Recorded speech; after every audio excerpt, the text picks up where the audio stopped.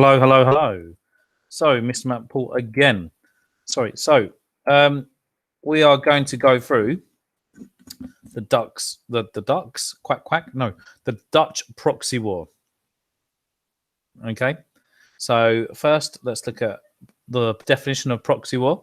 So, that's when two more powerful nations fight in a less powerful nation for influence. So, the Netherlands actually used to be part of the Spanish Empire. So this gentleman here, Philip II, he was part of a royal family which had married into, well, basically inbred their way throughout Europe. So that's why he was in charge of places. He was duke in parts of France. He had kingdoms in Italy because Italy wasn't a united province. He was the king of Portugal as well as Spain, and of swathes of the Spanish Empire in South America. So a very influential man. So this is why he has inherited the Spanish Netherlands. Okay. And Elizabeth also wants to influence this region because she, England is geographically closer to the Netherlands than Spain is. And they're also a Protestant nation, and that comes into play. So what were the causes of this proxy war? Well, Dutch Protestantism. Now, just like England had become divided on the issue of religion, so had Holland or the Netherlands. So there are many Dutch Protestants in the Netherlands. There were Catholics too, but they became an abundance of Protestant followers, and they didn't want to have a Catholic leader. Just like in England, Protestants in the south didn't want Mary Queen of Scots to become the queen.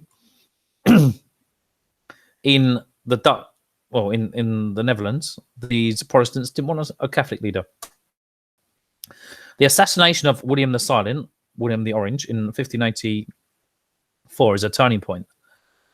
England had already become involved after the sack of Antwerp. But the assassination of William the Silent means that Queen Victoria has to get involved in 1585 on an escalated level. And if you think about it, relations with Spain were already worsening.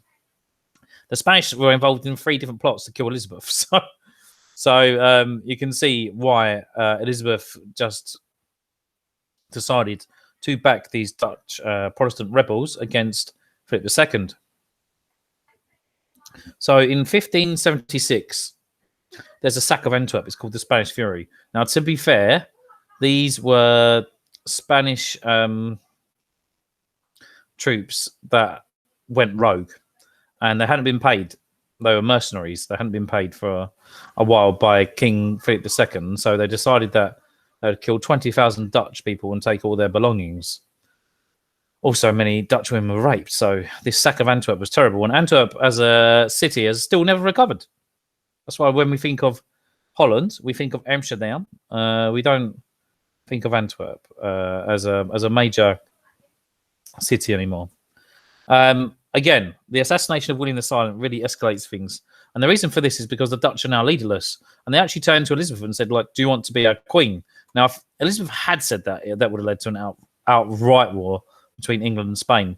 And so she says, like, I'm not going to be your queen, but I'll send representatives to help govern your provinces.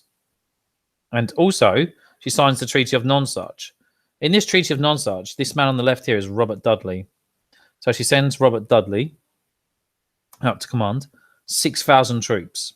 And she also gives 600,000 silver florins per annum per year in order to fund these Dutch rebels. This is a major statement. And it shows how powerful the English are. I mean, to send an army of 6,000 on a long-term basis into another country shows that you've got a lot of men and a lot of money.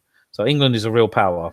And this is only 3 years before the Spanish Armada. So you can see that tensions are just ever escalating between Spain and England, even if this is a proxy conflict. So the consequences. Well, the escalation led to the Spanish Armada in 1588. That's the ultimate consequence. It's the largest one.